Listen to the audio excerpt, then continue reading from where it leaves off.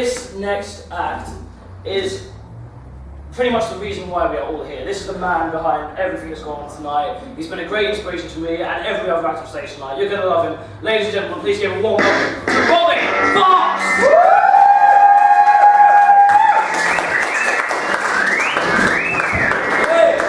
Thank you, it's good of you. This is a pretty big gig for me because this is, well, particularly in this year, it's the year that I've finished university. So, yeah, I've spent the last 3 years of my life studying comedy writing and performance at Southampton, Solent, and for which I've managed to get a 2-1, which I'm pleased about. Which classifies me as quite funny. And, and so, in honour of my achievement, I now present to you all a joke. Where do you get the spottiest teenagers in London? Acme.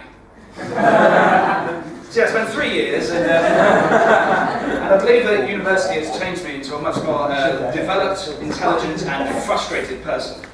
It turned me from an overweight geek who reviewed movies on Facebook into an overweight geek who reviewed movies on Facebook with more stories and less hair.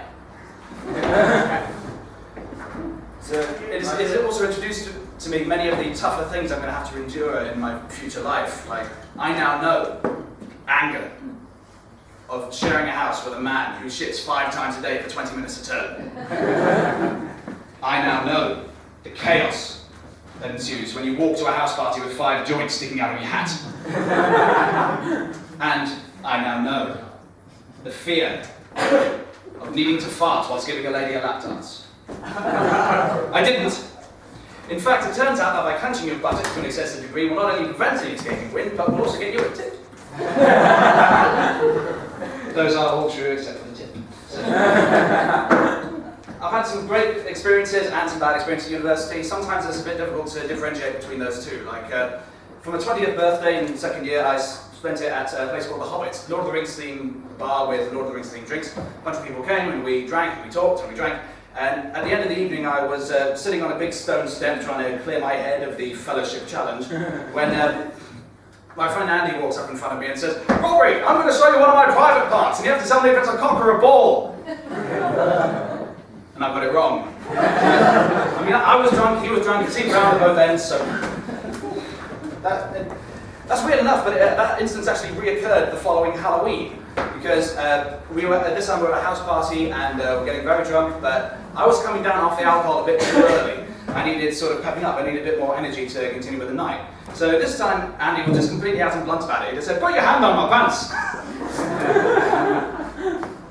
Okay. And so I did. I put my hand on my pants and I touched his cock.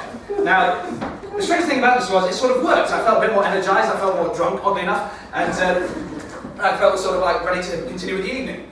The energy didn't last that long though, because later on in the evening, I saw this girl who I met a couple of times at house parties before. I found her absolutely gorgeous. And we added each other on Facebook, all that malarkey. And she came up to me and she said, "Have you seen that film, Friends with Benefits?" Yeah, I've seen that. I haven't seen the film, I'd give it a go though. Yeah, I've seen it. Do you like that film? Yeah, I liked it a lot. Yeah. Why do you ask? You should review that.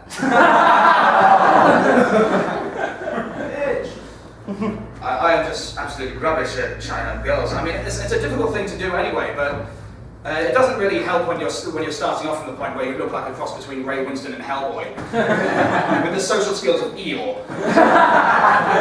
So, sometimes I feel obligated to use my voice in chatting at women, because relying on my looks, charm, or sense of rhythm often leaves a bit to be desired. So my friends tend to compliment me on my voice. They're nice about it. Like they say, as if I've got the voice of an actor, or I'm some Hamlet motherfucker. So, I know it isn't just the voice alone. It also takes a good chat-up line to break the ice. I can't just go up and say, "Get your coat, love, you've pulled." To the bedroom, tally, bally, hell.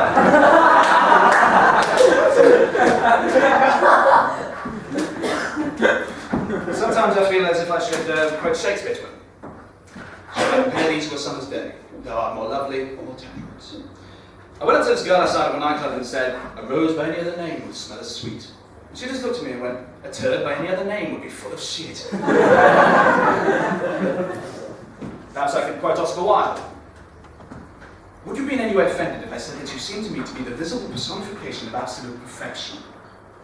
Okay, you can come in my mouth.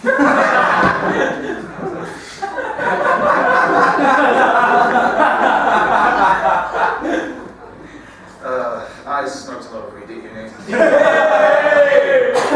And now I'm not going to pretend I'm speaking for all students or even all potheads, but I smoked a lot of weed at uni, particularly in third year, and I've got to say, no negative consequences whatsoever. I had some rather good stoning sessions in what I refer to as my bachelor pad, my chronosynclastic infundibulum. Look at that.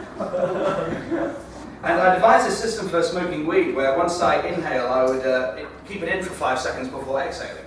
I found it enhanced the effect and enhanced the experience. But my method of doing this changed. Like, first of all, I would count up to 5 in my head, but that didn't really work because once the effect kicks in, then you start sort of counting too far, you forget where you're counting, you forget to count at all, then you cough it out, unpleasant. So I next opted to count to 5 on my fingers, but that didn't really work either because once you get started, you just get caught up in the psychedelic rhythmic vibrations of my hat. So what I settled on was counting my heartbeats each time. So it's go like this. 1, 2, 3, 4, 5. 1, 2, 3, 4, 5. 1.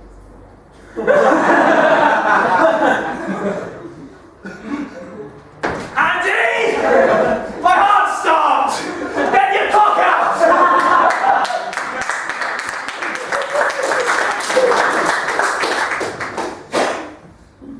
I've had bad experiences too.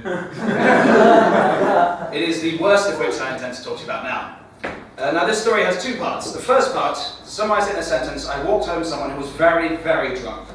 The entire story takes place one night. It's starting off, it's about 2:30 at night.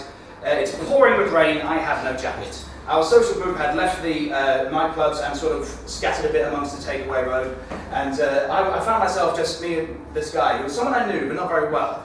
And he was clearly a bit too pissed for his own good, so I tried to walk him home. On the way, he starts trying to start fights with strangers in the street, which I have to diffuse in my own kind of Hugh Grant way.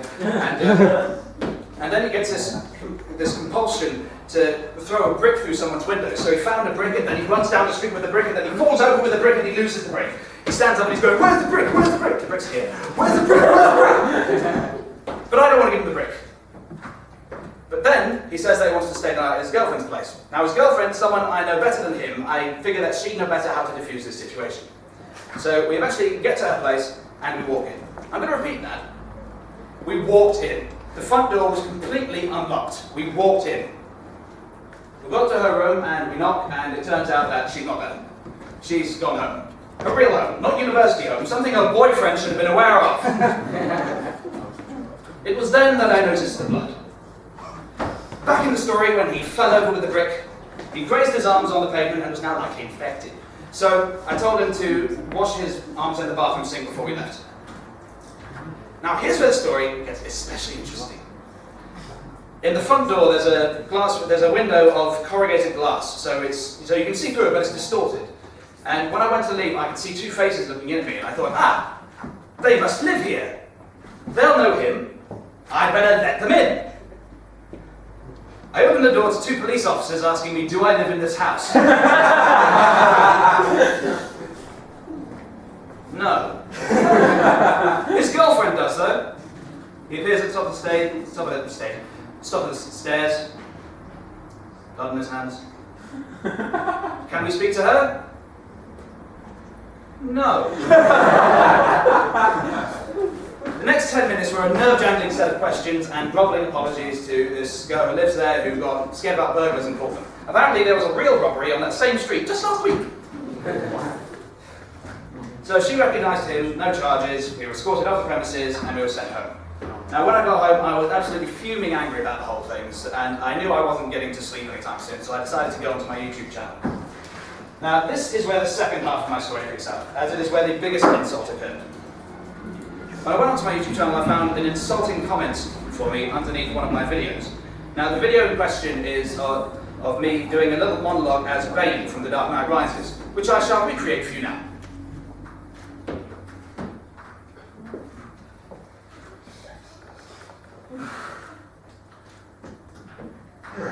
Almost makes shaving my head seem worth it, doesn't it?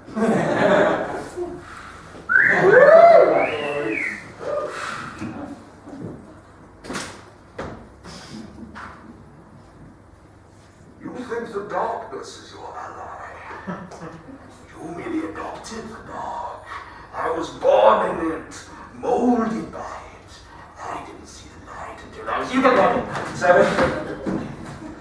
now this extract I'm about to read is from a user on YouTube by the name of I Only Hate Bad Videos, so that we know we're getting an unbiased opinion.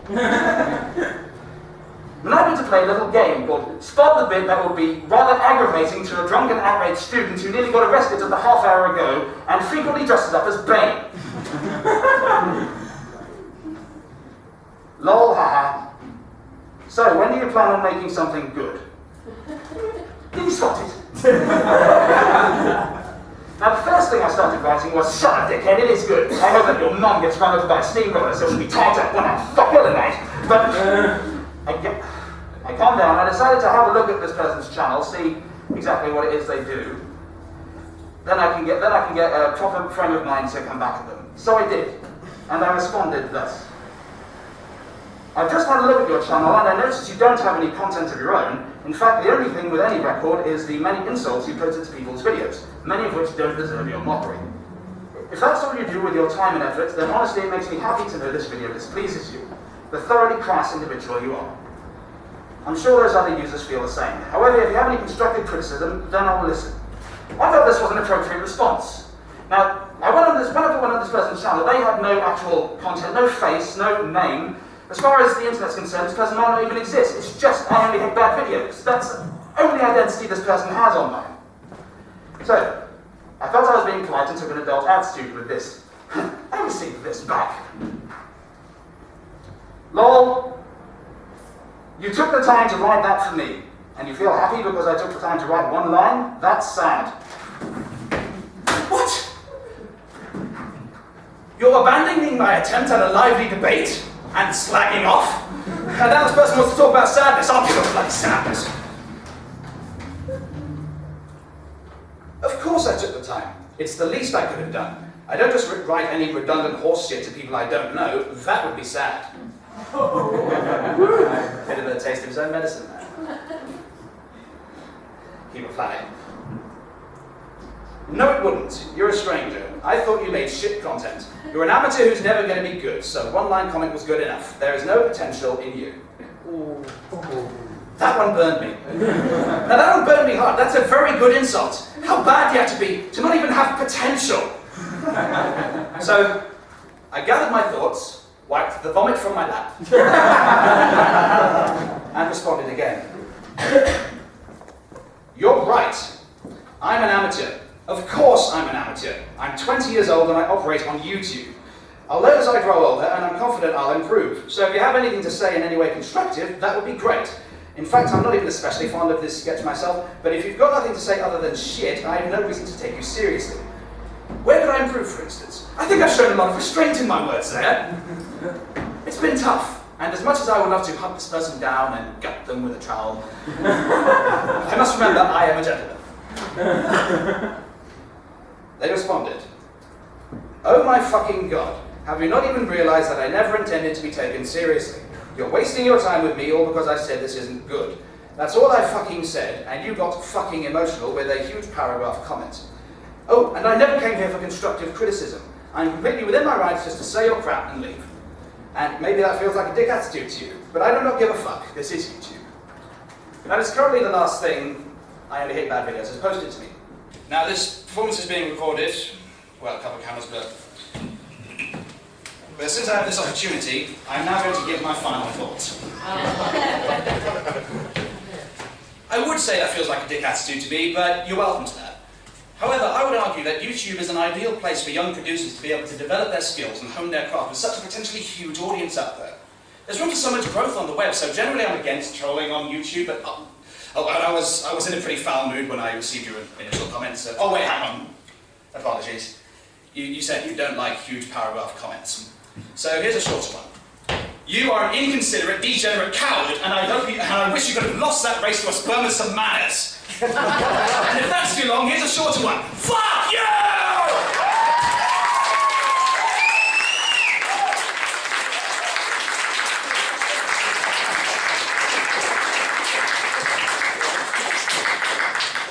Ladies and gentlemen, I'm Robbie Fox, and thank you for sharing with me my inevitable mental breakdown.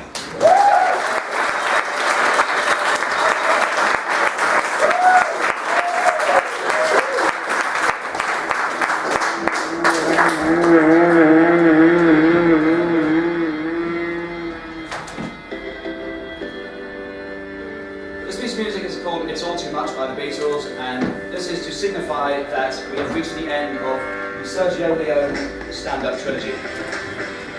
And it's been brilliant. I've absolutely loved doing this kind of stuff. It's the most worthwhile stuff I do, really, maybe outside of some uni stuff there. But even that, because this is like our own initiative and that kind of thing. Because honestly, I do have a few sort of social anxieties, but it makes me feel so much better about myself knowing that I can do stuff above that and do this. So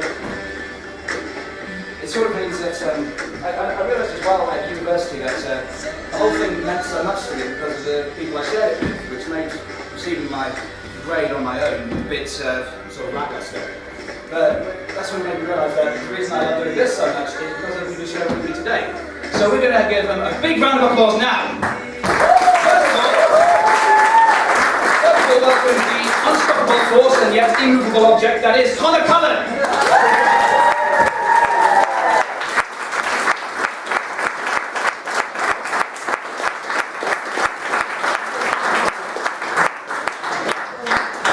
He may be the youngest among us, but that just shows how cute his brought up. It's Jack Herbert!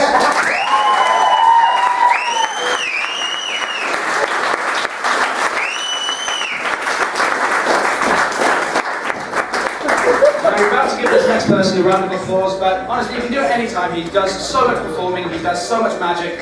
It's Bownass!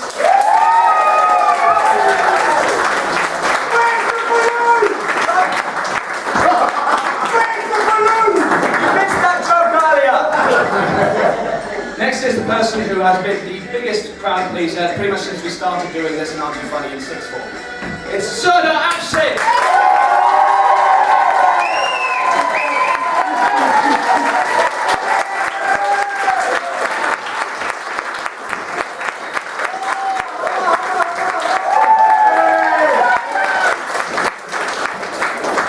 And the young man who has overcome a lot in order to be here and develop his craft, Aaron Wilson!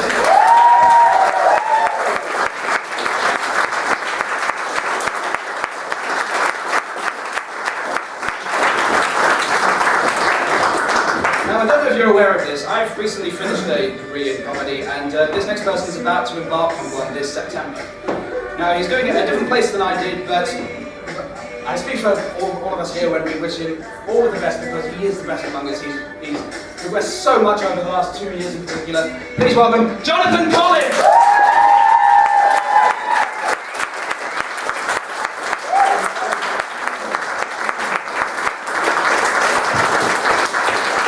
And our technical support, Paige Davis!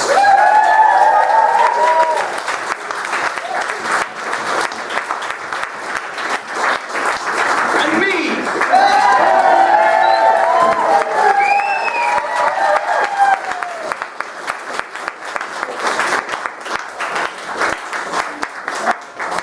Yeah, this is pretty much it. Thank you guys for coming.